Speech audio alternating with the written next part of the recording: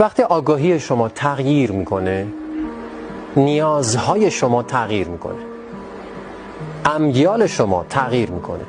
چیزایی که براتون جالب بودن ممکنه دیگه جالب نباشن. معاشرتایی که شما خیلی حس خوبی تو معاشرت ها داشتین ممکنه دیگه حوصله سربر بشه برای شما. الان دیگه هیچ افق ذهنی مشترکی با اونها نداشته باشین، اصلا دیالوگی دیگه نداشته باشین. تا یه مقطعی همه چی محور منم، همه چی مادی، بیرونی، ظاهری. ماشین بهتر داشته باشم، بیزینسمو گنده تر کنم، بیشتر پول در بیارم، به خودم بیشتر برسم، هیکلمو بهتر نگه دارم، نمیدونم جذاب‌تر باشم، سکسی تر باشم، ارتباطات بهتر، معاشرت‌های بهتر، سفرهای بهتر، نمیدونم لباس بهتر بپوشم. از این چیزاست.